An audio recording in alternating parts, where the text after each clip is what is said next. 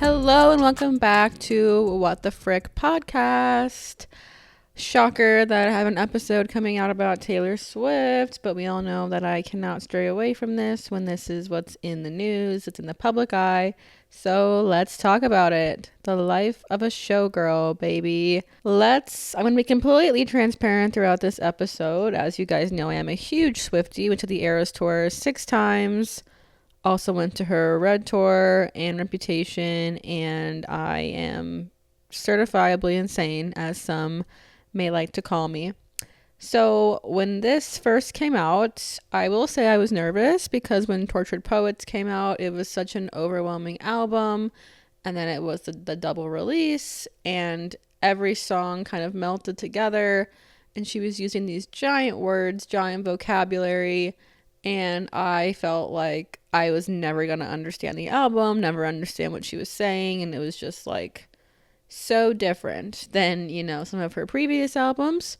So I was kind of worried with this one. I'm like, am I going to have that same reaction? And for me, I've noticed that the first listen to an album, I can't judge it because I need to hear it multiple times, need to kind of understand what's going on for me to truly build an opinion, and I have finally done that. But I will say that from the first listen, I was underwhelmed. There were songs where I was like, this isn't hitting like I thought it would. And there were songs where I was like, this is amazing. Like, this is the best song she's written on the album. Like, certain songs were hitting and certain songs were not hitting. And I was like, okay, I need to keep in mind that it takes me time to hear her specifically and like really get to know it. And luckily she had the movie where she talked about each song in depth. So I saw that last night, and pairing that movie with the radio shows she's done, with the people just analyzing on the internet, like all of that has really helped kind of formulate my new thoughts on the album.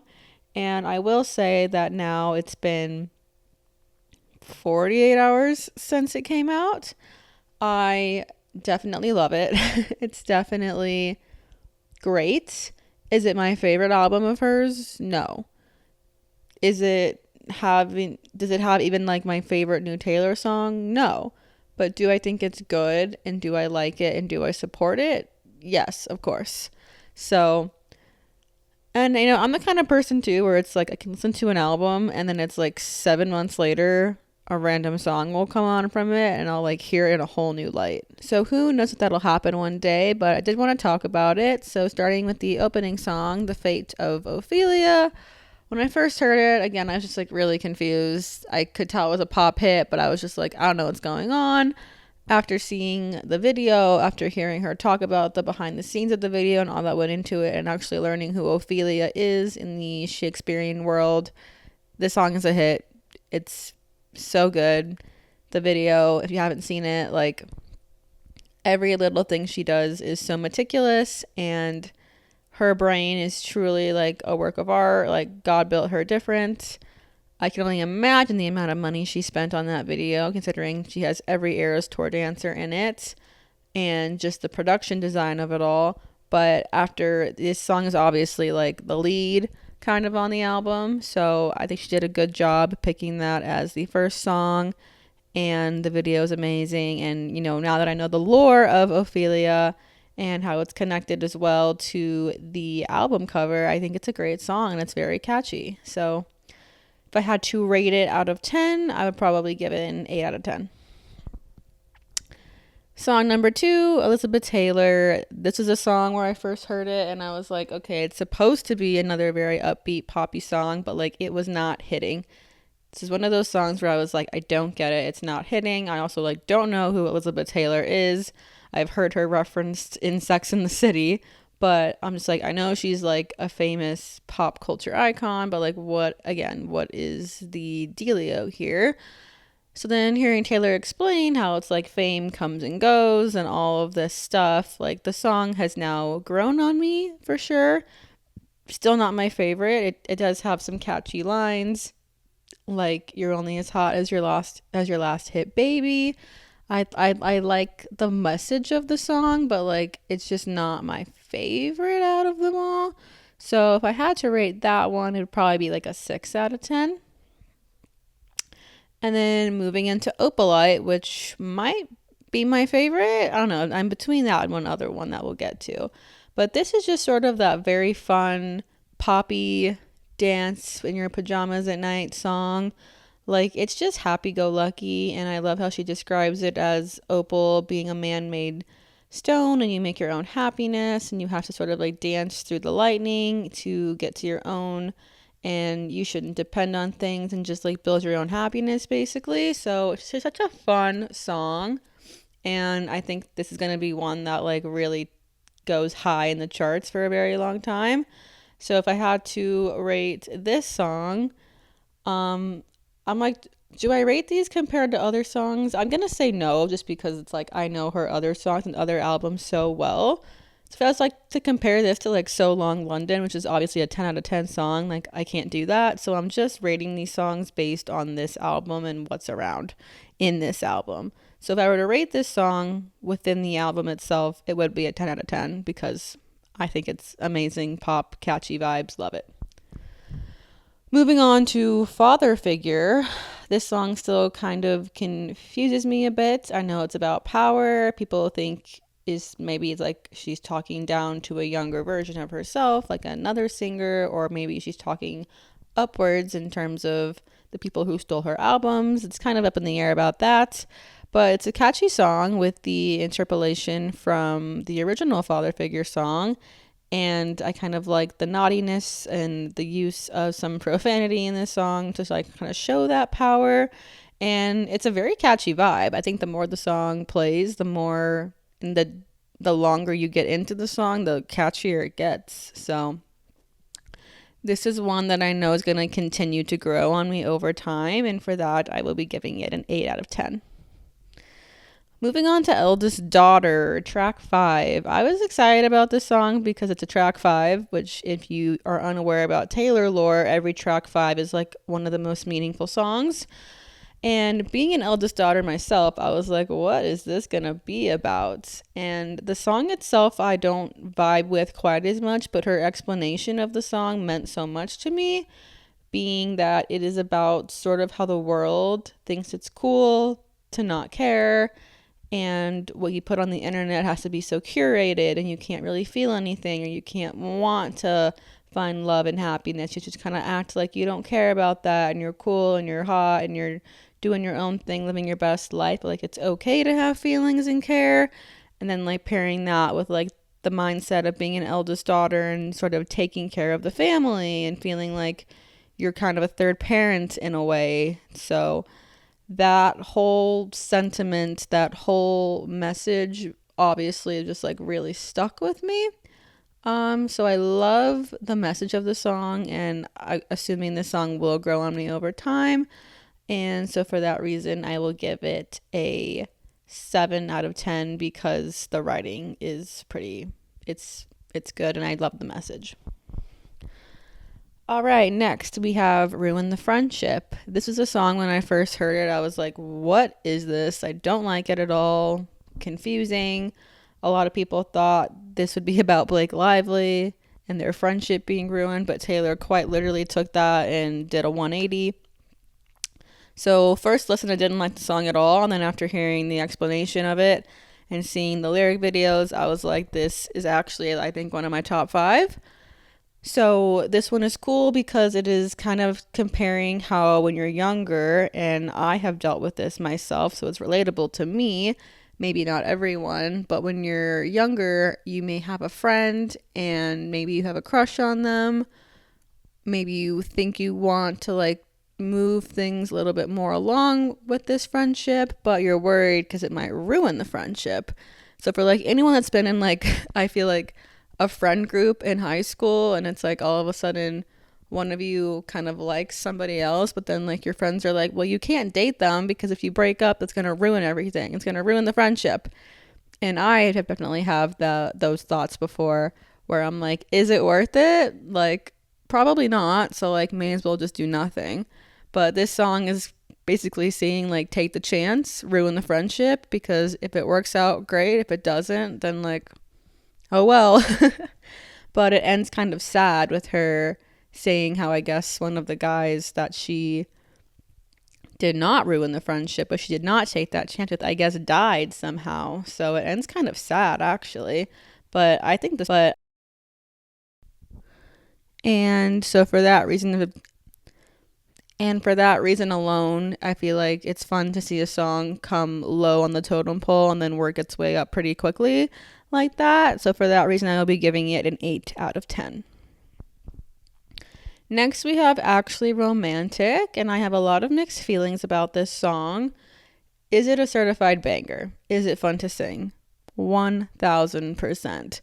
I have mixed feelings about what people are saying it's about, and I don't know if Taylor will ever actually come out and say this, but like, it is very well speculated that this song is about Charlie XCX, and obviously the link with the title being Actually Romantic, Charlie has a song about being romantic in the title as well, so kind of a play on there, but there are just lyrics that have arrows pointing to this being Charlie XCX, so hard to not think that it's about her in some way. But people are kind of saying that this is like a very intense diss track toward an artist like Charlie, and that it's not well deserved, and she doesn't deserve to have a song like this written about her. So I'm wondering if like maybe other things have happened behind the scenes with them that we're not aware of, because I don't really see Taylor putting out a song this intense about someone that hasn't severely wronged her. Thinking back to the Thank You Amy song from Poets about Kim Kardashian, like that song is obviously about Kim Kardashian. But it's like with that one, it's like very well known that that woman has done a lot of bad things to Taylor, so that one just feels deserved in the eyes of the fans, but there's a lot of people questioning like why this was written in the first place. But it's a catchy song and it's fun to sing. So for that reason, I will give it a 6 out of 10. Moving on to Wishlist. This song is fun. Not one of my favorites, and I don't think it ever will be one of my favorites, because it was one of those songs where first listen I completely understood what she was saying. There was no confusion there. There's no Shakespearean lines. It was very simply put, of just like, people want things in life and she wants to find someone that she loves, and she has found it, and now she's just like got this list of like what she wants next in terms of kids and all that. It's a very cute, simple love song. Like, it's just cute, and I think using the S's as dollar signs gives it that kind of rap feel. There's a couple lines that they're not necessarily rap, but give off a rap tone. So it's a fun song. I don't think it's ever going to be high or low on my list. It's just kind of sitting there in the middle. And so for that reason, I will give it a 7 out of 10. Next, we have Wood. Crazy song. First listen, if you don't understand what she's talking about, I'm not sure you ever will. It's funny too, because in the movie she's explaining it, Shong, and she kind of skips this one, and she's got this very coy look on her face, but all she says is that it's a song about superstitions, and then she quite literally just says that's all, and then it like cuts to the song, and it's like, Taylor girl, we all know this song is about sex.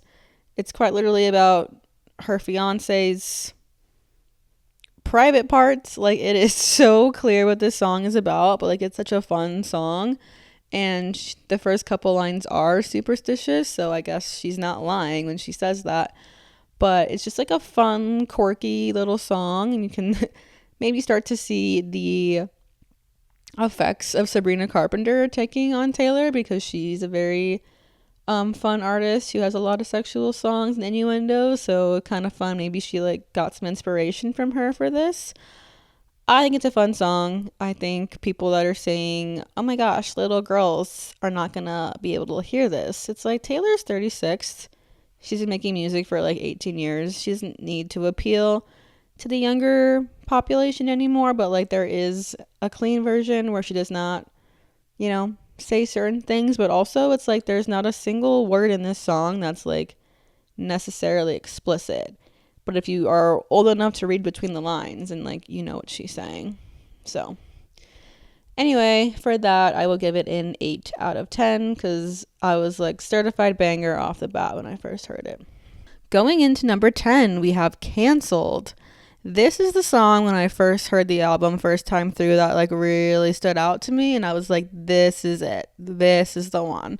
So right away I'm giving it a 10 out of 10. I think it's so well done. I think it's so well written. I love the message behind it, which is not hard to read in any, way, but just saying how like she does not really care about public opinion or general consensus of things. Like she makes her opinions and her judgments based on her own personal life. So referencing this to Blake Lively, which again she'll never, approve or deny, but like she is best friends with Blake Lively and she went through a very public sort of damning of her fan base. I'm like, how do I say that? From the what's it called? I can't remember the name of the movie now. This is embarrassing. The Colleen Hoover movie. Oh, It Ends With Us. Okay, that's how irrelevant this movie is. Like I can't even remember the name of it. But yeah, just everything that has gone through with that lawsuit involving that movie kind of started to drag Taylor into it a bit as well. So people just assumed that they were not friends anymore. So then Taylor putting out this song saying like, ooh, like, I don't really care, because Taylor has gone through such a public damning as well of like people canceling her many years ago. So people that stuck by her then, like she doesn't really care if something bad happened to them within the public eye, but she's going to base her facts and her feelings on her own personal life, which I think is the better way to do it. But this song is just so well written, and it's got such high Reputation vibes, which is my favorite album, which is probably why this one really stood out to me. But this could be on Reputation for sure. So great song, 10 out of 10. All right, we are almost at the end here. Moving on to Honey. This song also stood out to me early in my first listen. I thought it was just so cute, and again, easy to get, not requiring any intense annotation, but just basically saying how as women, these pet names are often used in a passive aggressive, rude, demeaning manner. So to finally have these names used on you in an endearing, thoughtful way is such like a mind twist, and you start to appreciate these words for their true meaning and not the passive aggressive tone that a lot of people put into it when they're addressing you. So hearing her kind of say that, and then like a fun, cute, silly song pop is so fun. So I think this song is just cute and simple, and I like the message. And for that, I will be giving it an 8 out of 10. Moving on to the grand finale of The Life of a Showgirl featuring Sabrina Carpenter. I loved her explanation of why Sabrina was chosen. Of course, she only works with people she trusts and her friends, but saying how Sabrina is sort of the perfect person to duet the song with because she is a showgirl in her own way. Her character on stage of Sabrina, I at least think is kind of like a character. When you see photos of her out living her life, she just looks very normal and simple. Then when she's on stage, she's glittery, she's sparkly, she's got crazy hair, makeup, and it's like almost a character in a way. Very showgirl. So, and again, she has such sexually explicit music that she gets a lot of hate for, but she uses all of that hate to like kind of fuel her to just making more songs like that. So she's kind of perfect for this showgirl mentality of not really caring what people think. But I think the whole song is fun. It's kind of a story about made up characters, but just saying how it's not that glamorous to be a showgirl, and you should actually just kind of live the life you're in and not want this life, but then like choosing to want the life anyway because you love it so much, but understanding the consequences of what comes with having that kind of life. And then of course ending a sort of, there's a part where it sounds very similar to one of the songs in the musical The Greatest Showman, So people are wondering if that's sort of like, again, just sort of like a nod to that, being that it's called Showman and this is Showgirl. So, I mean, I would say yes, because like pretty much everything is intentional here with Taylor. So that was a cool little part. And then also ending the song and ending the album with crowd noise from Vancouver with the Eras tour. Like, I actually have to skip that part of the song now because I start crying every time. So I like actually can't listen to that anymore because I get emotional. But this song is a 10 out of 10 as well. At first I was like, what's going on? But now I can really understand and respect everything that's being said. So 10 out of 10. I think the only ones I rated 10 out of 10 were Showgirl, Canceled, and Opalite. Yeah. Top 3, I guess, if we're rating it. And again, these ratings are just based on this album. I'm not comparing it to Folklore, Poets, Midnights, anything, because if that was the case, they would be very different ratings. So yeah. But super happy. She has said she's not planning on touring anytime soon, so that's depressing for all of us, except our bank accounts. But I'm happy this is out. I'm happy I have something new to listen to nonstop forever and ever until I realize I need to go back and give her other albums some love. So happy this is out, and was getting in an argument with my sister because she was saying how this album isn't as good because she's not sad anymore. And it's like, well, God forbid she finds someone to love her that actually cares about her. She's, well, her songs were just better when it was sad. And she's like, again, comparing something like So Long London to Wood. It's like, yeah, they're different. Like, this is just more of a different vibe. It's a pop happy album, whereas So Long London from Tortured Poets is full of more poetic, more deeper, intense lyrical words. And it's like, if you want something like that, she gave you a 31 track album. Go listen to that. This is a happy album. So anyone that's hating on it for that reason, I think just remind yourself Taylor is so fun because she has so many different albums. She has so many different vibes and moods and aesthetics, and like literally there's a Taylor Swift song for any mood you're in, any type of situation you're in. So it's so fun to be able to just kind of like go through her discography and be like, I'm feeling sad. Let me throw on Poets. You know, I'm feeling showgirly. I'm going to put on Opalite. Or, you know, maybe you're in more of a country mood. Let's go back to her debut album. It's like there's just a vibe for everything, and that's just what makes her so cool and so versatile. So I will leave it at that. Thank you all for listening to my review of Life of a Showgirl, and I will talk to you all soon. Bye!